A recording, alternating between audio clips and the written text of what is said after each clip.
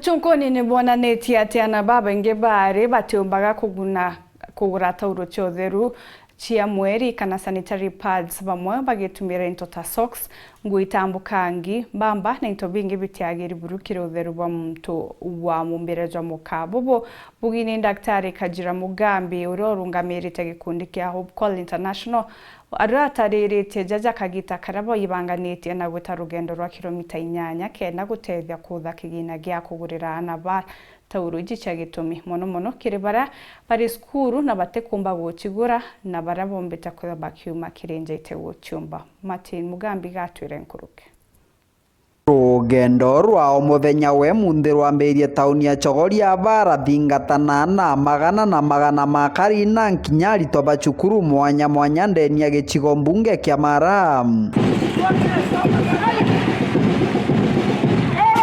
bagĩtũmagĩria nkuma ya kũrũa na wagia wa sanitary pads kana tauro cia ũtheru kĩrĩtwa na totware than making sure our children basically we're going to school don't end up not getting a good education because of having to miss school, because of they don't have the capacity to buy sanitary pads, and even the use of various materials that they actually use just to make up for what they don't have doesn't really work. So we end up being embarrassed and as a result ending up missing school altogether.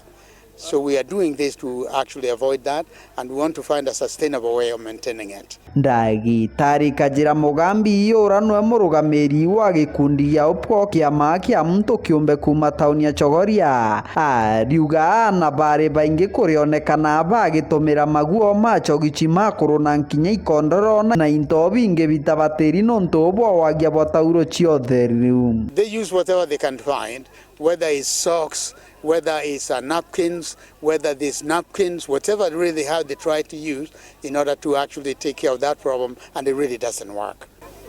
In approximation is 70% ya wenye wana drop out kwa sababu ya kutopata hizi, wanapata miba za mapema na hivyo basi hawaendelei tena na masomo. Kajira ugite ngwataniro ya Karina nkinya thirikari igatetheria kuthiria thina cia wagia bwa tauro cia ũtheru kĩrĩtwana na nkinya twari kĩrĩ macukuru. So we need to have a partnership where they show that they are doing most of what need to be done and we're making up the difference.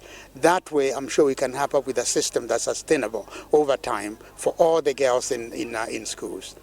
And in fact eventually we'd like to move from school to community, because there are those who are not going to school who have the same problem. I think the Ministry of Education need to work with the Ministry of Health, and together they really can have that done. It is very critical, very needed. Kũringana na kĩama kĩa South Africa thĩna ino iretagwo anokia kĩrĩ mĩciĩ mingĩ ĩndĩ iba kũgeria bũra kũmbĩkana kũthiria mathĩna ma kĩũragia thirikari gũtigĩra tauro cia ũtheru nũkũnenkanĩrwo kĩrĩ macukuru.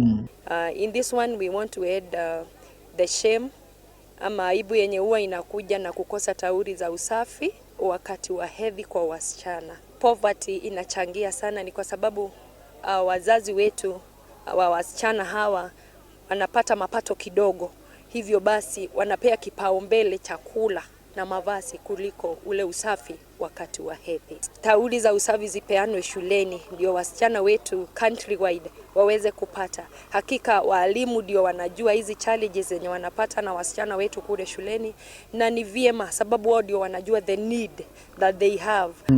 Kiripotera Wero TV kuma gĩcigo mbunge kĩa Mara, mbitagwa Martin Mugambi.